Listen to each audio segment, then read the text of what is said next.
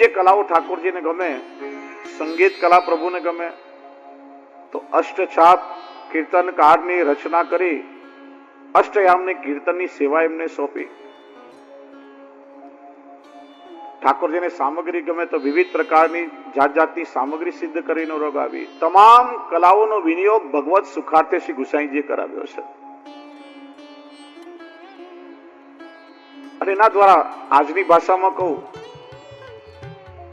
તો એક પ્રકારની રિલિજિયન ઇકોનોમી જેને આપણે કહીએ, ધર્મનું જે અર્થશાસ્ત્ર છે એને પણ દ્રઢ બનાવ્યું. કે એક નંદાલયમાં પ્રભુની સુખાર્થે સેવા થતી હોય, પ્રભુનું સુખ તો સચવાય, પણ સાથે સાથે કેટલાક પરિવારોની આજીવિકા પણ રળતી હોય છે. આજે મંદિરમાં બાલભોગિયા, ભીતરિયા, જાપટિયા, દૂધગરિયા, જલગરિયા, ભંડારી, કીર્તનકારો, જે સેવકો છે, કીર્તનકાર પ્રભુને કીર્તનો ગાઈને રીઝવે તો એનાથી એના પરિવારનો પણ નિભાવ થાય છે. રસોઈયા, બાલભોગિયા, આપણે ત્યાં કુંવારા અન્નકૂટમાં માટીના વાસણો ઠાકોરજીની ભોગમાં આવે, કેટલાય કુંભારના પરિવાર એનાથી નિપતા હોય છે. પાતળદુના જે વ્યવસ્થા કરી છે એનાથી આખી એક અર્થવ્યવસ્થા ચાલતી હોય છે. સૂક્ષ્મ વિચાર શ્રી ગુસાઈજી પ્રભુ ચરણે કર્યો છે. એટલા માટે એક બહુ સરસ પ્રસંગ છે શ્રી ગુસાઈજીના જીવન ચરિત્રનો. નાનપણમાં શ્રી ગુસાઈજી ખૂબ સુંદર વીણા વાદન કરતા હતા. શ્રી ગુસાઈજી વીણા વાદનમાં બહુ અત્યંત પ્રવીણ, ખૂબ સુંદર વીણા વાદન આપ કરી રહ્યા હતા. અને શ્રી મહાપ્રભુજી સમય ત્યાં પધાર્યા.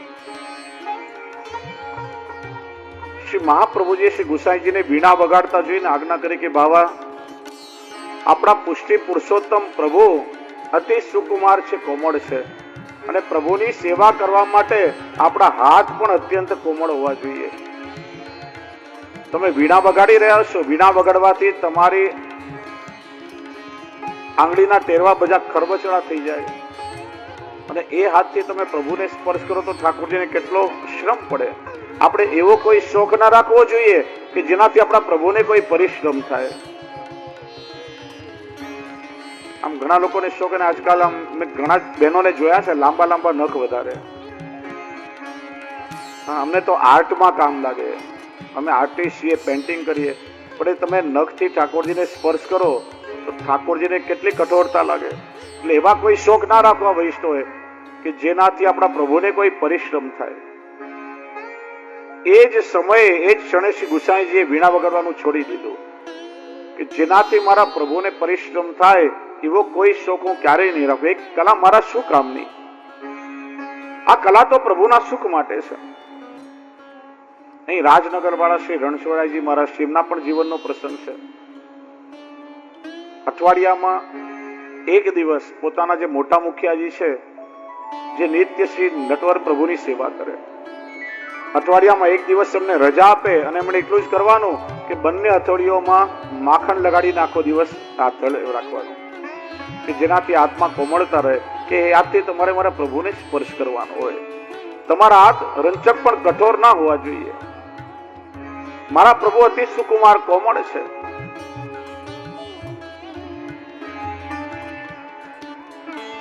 શ્રી ગુસાઈજી પ્રભુના સુખાર્થે વ્રજ ભાષામાં, સંસ્કૃતમાં કેટલાય પદોની રચના કરી. શ્રી ગુસાઈજીનું નામ છે સકલ કલા પ્રવીણ.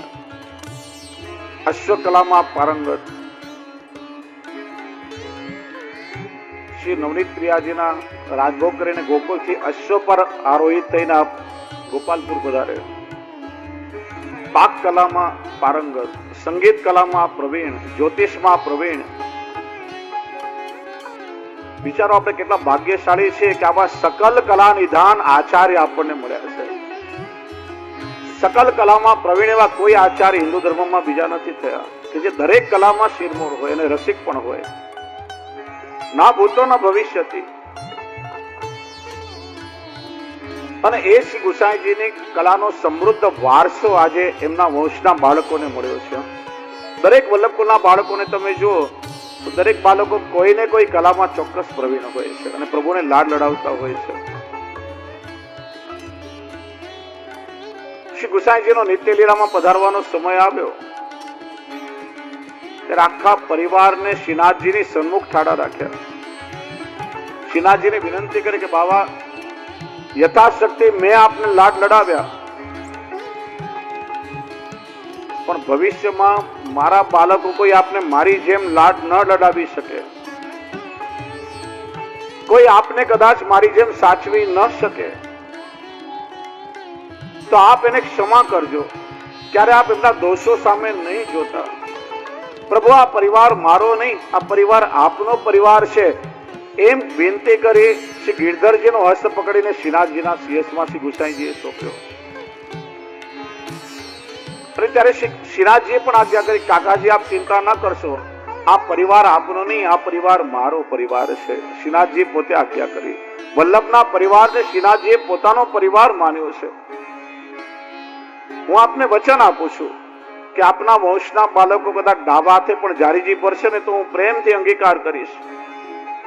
મને પીઠ દઈને ઉભા રહેશે ને તો હું એમનાથી ક્યારે નારાજ નહીં થાઉં, કેમ કે આપનો પરિવાર એ મારો પરિવાર છે. આમ શ્રી ગુસાઈજીની કૃપાથી એમના સમગ્ર વંશના બાળકોને આ સેવાનો લાભ મળ્યો છે.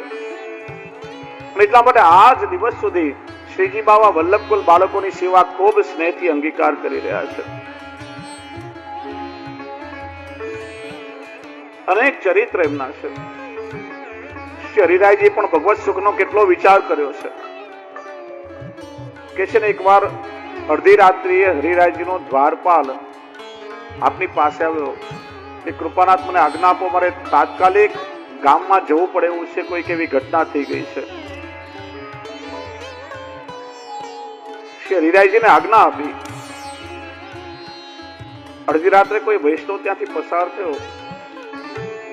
શ્રી હરિરાયજીના અવાજને ઓળખે કે શ્રી હરિરાયજી પોતે પોતાના શ્રીયસ્તમાં છડી રાખી મંદિરનો પહેરો ભરી રહ્યા છે. જાગતે રહો, જાગતે રહો, આપ શ્રી નાદ કરી રહ્યા છે. અને વૈષ્ણવ શ્રી હરિરાયજીના અવાજને ઓળખી ગયો. અરે કૃપાનાથ, આપ આ રીતે મંદિરની ચોકીદારી કરો છો? ત્યારે શ્રી હરિરાયજી આગળ કે વૈષ્ણવ ઠાકોરજીની સેવાને ક્યારે નાની મોટી ન સમજવી. અરે જે આખી દુનિયાની ચોકીદારી કરે એની ચોકીદારી કરવાનું સૌભાગ્ય મને મળ્યું, એનાથી વધારે બીજું શું જોઈએ? અને એટલા માટે ભગવદીઓને વૈષ્ણવને જ્યારે કોઈ પણ સેવા મળે ને ત્યારે ભગવદીઓ પોતાની જાતને ધન્ય માને, વૈષ્ણવ પોતાની જાતને ધન્ય માને. ધન્ય ભાગ્ય યહ સેવા કા અવસર પાયા.